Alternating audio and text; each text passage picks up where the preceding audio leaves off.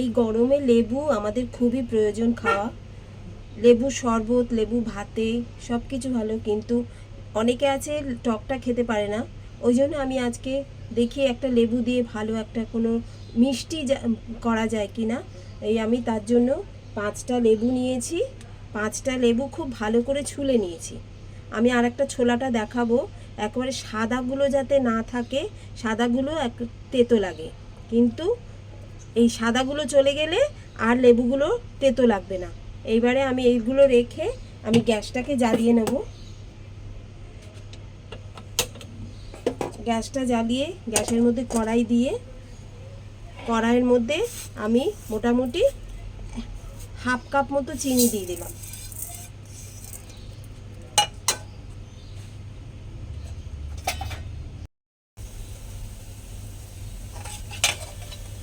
এই চিনিটা দিলাম, চিনিটা একটুখানি গলবে,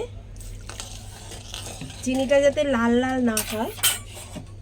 এইবার এটা হোক, গরম হোক।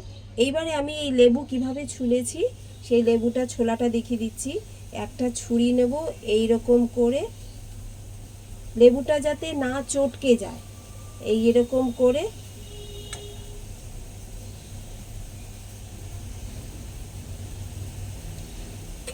এইরকম করে আস্তে আস্তে ছুলে নিতে হবে।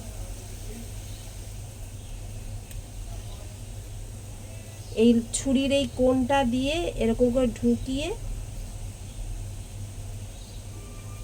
দেখেছো কেমন উঠে যাচ্ছে।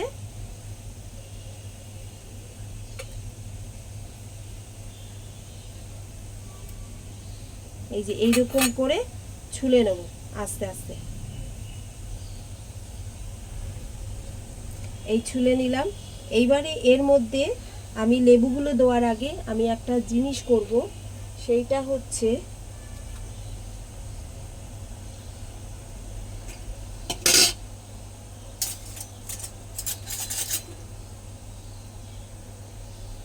এই যে কাঁচি দিয়ে এই লেবুর এইখান থেকে আমি একটু ফুটো করে দেবো।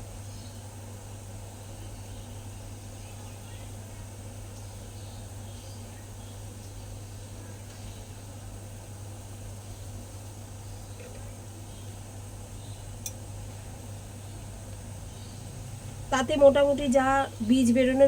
এবারে আমি লেবুগুলোকে এর মধ্যে ছেড়ে দেবো। এই যে আমি ফুটো করছি, এরকম করে দেখো।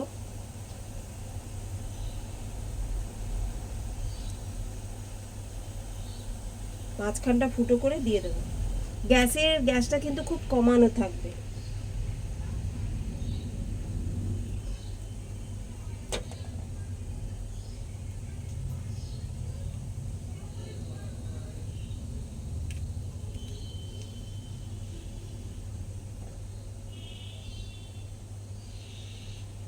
খুব সহজে এটা আমি নিজে করে দেখেছি, ঘরে খেয়েছি।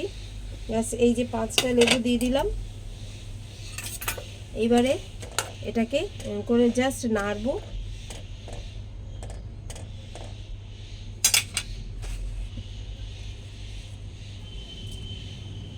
একটুখানি জাস্ট নুন দেবো, একটুখানি নুন দেবো ওর মধ্যে।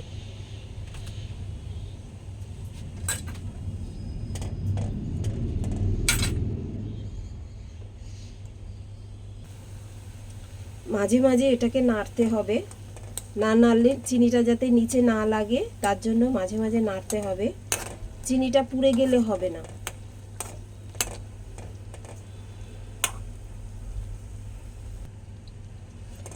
আমার এটা রেডি। দেখো কত সুন্দর লাগছে, লেবুটা একেবারে রসে টপ টপ টপ টপ করছে,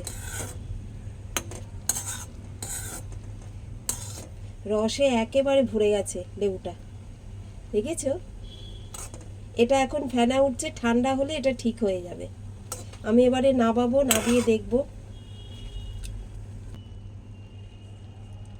গ্যাসটাকে নিভিয়ে দিলাম। এবারে এটা একটু ঠান্ডা হবে, ঠান্ডা হওয়ার পরে